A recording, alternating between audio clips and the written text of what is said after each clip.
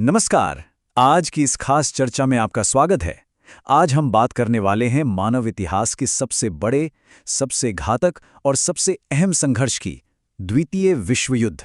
देखिए, ये कोई आम ऐतिहासिक घटना नहीं है। ये वो बवंडर था जिसने आज की दुनिया का पूरा राजनीतिक और भौगोलिक नक्शा ही बदल कर रख दिया। तो चलिए, बिना किसी देरी के इस महायुद्ध की कहानी, इसके कारणों और इसके दूरगामी परिणामों की गहराई में चलते हैं। आज के इस विश्लेषण में हम मुख्य रूप से 5 अहम बिंदुओं पर फोकस करेंगे। पहला, महाशक्तियों का विभाजन। दूसरा, युद्ध के कारण और इसकी शुरुआत। तीसरा, धुरी राष्ट्रों का आक्रामक विस्तार। चौथा, युद्ध का निर्णायक मोड़। और अंत में इसके भयंकर परिणाम और इसका अंत। तो आइए सबसे पहले बात करते हैं हमारे पहले बिंदु की, महाशक्तियों का विभाजन। अब इस युद्ध को समझने के लिए हमें सबसे पहले एक खास कॉन्सेप्ट को समझना होगा, पूर्ण युद्ध यानी टोटल वॉर। इसका मतलब क्या है? दरअसल ये सिर्फ सरहदों पर लड़ी जाने वाली कोई आम लड़ाई नहीं थी। ये एक ऐसी स्थिति थी जहां इसमें शामिल देशों ने अपना सब कुछ, लिटरली अपना सब कुछ दांव पर लगा दिया था। जरा सोचिए, रातों रात फैक्ट्रियों में कारों की जगह टैंक बनने लगे। पूरी की पूरी अर्थव्यवस्था, औद्योगिक ताकत और विज्ञान की क्षमता, सब कुछ सिर्फ और सिर्फ इस युद्ध को जीतने के लिए झोंक दिया गया। और ये सब कर कौन रहा था? उस वक्त पूरी दुनिया मुख्य रूप से दो बेहद शक्तिशाली खेमों में बंट चुकी थी। एक तरफ थे मित्र राष्ट्र यानी अलाइज, जिनका नेतृत्व कर रहे थे सोवियत संघ के जोसेफ स्टालिन, अमेरिका के फ्रैंकलिन डेलानो रूजवेल्ट, ब्रिटेन के विंस्टन चर्चिल और चीन की तरफ से चियांग काई शेक। और इनके बिल्कुल सामने खड़े थे धुरी राष्ट्र या एक्सिस पावर्स। इसमें नाजी जर्मनी के एडोल्फ हिटलर, जापानी साम्राज्य के हिरोहितो और इटली के बेनितो मुसोलिनी शामिल थे। यही वो दो गुट थे जिनके हाथों में पूरी दुनिया का भविष्य टिका हुआ था। अब जरा इस युद्ध के पैमाने को देखिए। 70 देश और 10 करोड़ सैनिक। जी हां, 10 करोड़। जल, थल और नभ, ऐसा कोई कोना नहीं बचा था जहां सेनाएं ना उतरी हों। मानव इतिहास में इससे पहले इतनी बड़ी सैन्य लामबंदी कभी नहीं हुई थी। आप कह सकते हैं कि दुनिया का कोई भी हिस्सा इस महायुद्ध की आग से अछूता नहीं रहा। चलिए, अब आगे बढ़ते हैं अपने दूसरे हिस्से की तरफ और देखते हैं कि आखिर इस महायुद्ध के असल कारण क्या थे और इसकी शुरुआत कैसे हुई। वैसे तो एशिया में जापान और चीन के बीच की चिंगारी 1931 से ही सुलग रही थी, लेकिन अगर हम इस वैश्विक त्रासदी की औपचारिक शुरुआत की बात करें तो वो दिन था 1 सितंबर 1939। हुआ ये कि जर्मनी ने यूरोप में अपना बड़ा साम्राज्य बनाने की चाह में सीधा पोलैंड पर हमला बोल दिया। और फिर क्या था, इसके तुरंत बाद फ्रांस और ब्रिटेन ने जर्मनी के खिलाफ युद्ध का ऐलान कर दिया।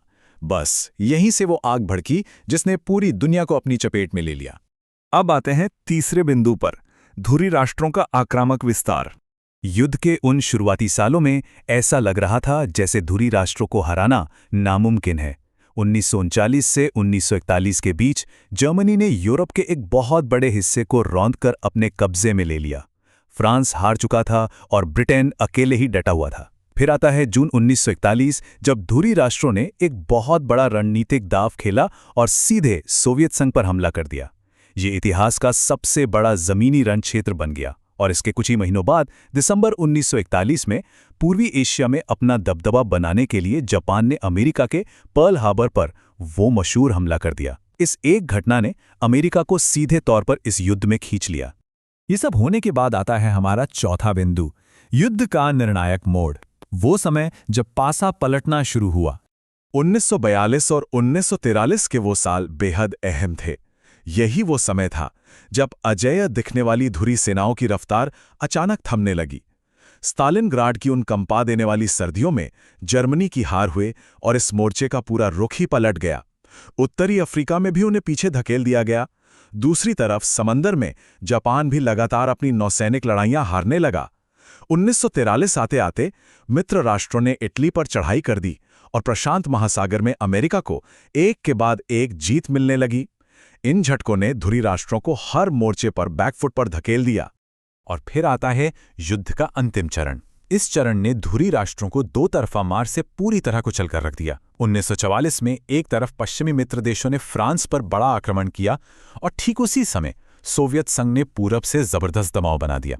इस दोहरी मार का नतीजा ये हुआ कि अप्रैल-मई 1945 में सोवियत और पोलिश सेनाओं ने सीधे बर्लिन पर कब्जा कर लिया और 8 मई को जर्मनी ने बिना किसी शर्त के सरेंडर कर दिया। लेकिन प्रशांत महासागर में जंग अभी जारी थी।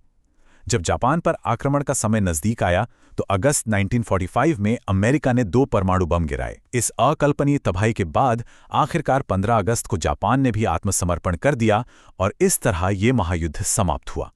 और अब हम पहुंचते हैं अपनी चर्चा के आखिरी और सबसे गंभीर हिस्से पर, इस युद्ध के भयंकर परिणाम और इसका अंत। 5 से 7 करोड़ मौतें। मैं चाहूंगा कि आप एक पल के लिए रुकें और इस खौफनाक आंकड़े के बारे में सोचें। दुनिया की आबादी का एक बहुत बड़ा हिस्सा इस महायुद्ध की भेंट चढ़ गया। ये सिर्फ सेना का नुकसान नहीं था, ये इंसानियत के सीने पर एक ऐसा जख्म था जिसकी भरपाई कभी कोई नहीं कर सकता। अब अगर हम इन आंकड़ों को थोड़ा और करीब से देखें तो एक और डरावनी सच्चाई सामने आती है। आप चार्ट में देख सकते हैं कि मित्र राष्ट्रों के 1 करोड़ 60 लाख सैनिक मारे गए, लेकिन उनके नागरिकों की मौत का आंकड़ा 4 करोड़ 50 लाख से भी ज्यादा था। वहीं धुरी राष्ट्रों के 80 लाख सैनिक और 40 लाख नागरिक मारे गए। ये साफ दिखाता है कि इस टोटल वॉर की सबसे बड़ी कीमत किसी सैनिक ने नहीं बल्कि आम नागरिकों ने चुकाई। ये इस बात का सीधा सबूत है कि युद्ध के दौरान नैतिकता और नियम पूरी तरह से खत्म हो चुके थे। और ये जो लाखों आम नागरिक मारे गए वो सिर्फ क्रॉस फायर या गलती से नहीं मारे गए थे। इसमें आम लोगों का एक बहुत ही सुनियोजित तरीके से किया गया नरसंहार शामिल था। इसमें होलोकॉस्ट जैसी वो अकल्पनीय त्रासदी शामिल थी जहां लाखों लोगों को एक सिस्टम के तहत मौत के घाट उतार दिया गया। और अंत में इतिहास में पहली और इकलौती बार परमाणु हथियारों का इस्तेमाल भी इसी युद्ध में हुआ, जिसने सचमुच पलक झपकते ही पूरे के पूरे शहरों को राख के ढेर में बदल दिया। इंसानी जानों के इस भयानक नुकसान के अलावा इस युद्ध ने दुनिया के नक्शे और राजनीति को हमेशा के लिए पलट दिया। नाजी जर्मनी, शाही जापान और फाशिस्ट इटली के बड़े बड़े साम्राज्य ताश के पत्तों की तरह ढह गए। जो पुरानी व्यवस्था थी यानी लीग ऑफ नेशंस, वो विघटित हो गई और दुनिया में शांति की एक नई उम्मीद के साथ संयुक्त राष्ट्र या यूएन की स्थापना हुई। लेकिन उसी समय पुराने साम्राज्यों के मलबे से 2 नई महाशक्तियां भी उभर कर सामने आई, अमेरिका और सोवियत संघ। और यहीं से दुनिया एक नए और बहुत लंबे वैचारिक टकराव की तरफ मुड़ गई, जिसे हम शीत युद्ध या कोल्ड वॉर के नाम से जानते हैं। तो इन सब बातों और घटनाओं के बाद हमारे सामने एक बहुत ही गहरा सवाल खड़ा होता है। एक तरफ दुनिया ने शांति बनाए रखने के लिए संयुक्त राष्ट्र बनाया, लेकिन दूसरी ही तरफ दुनिया तुरंत शीत युद्ध के साए में घिर गई। तो सोचने वाली बात यह है कि क्या इस सबसे विनाशकारी विश्व युद्ध ने वाकई दुनिया में शांति स्थापित की, या फिर महाशक्तियों ने बस युद्ध लड़ने का अपना तरीका बदल दिया? इस अहम सवाल के साथ ही हमारी आज की ये चर्चा यहीं समाप्त होती है। इतिहास के इन पन्नों को समझने के लिए, इस विश्लेषण में हमारे साथ जुड़ने के लिए आपका बहुत बहुत धन्यवाद।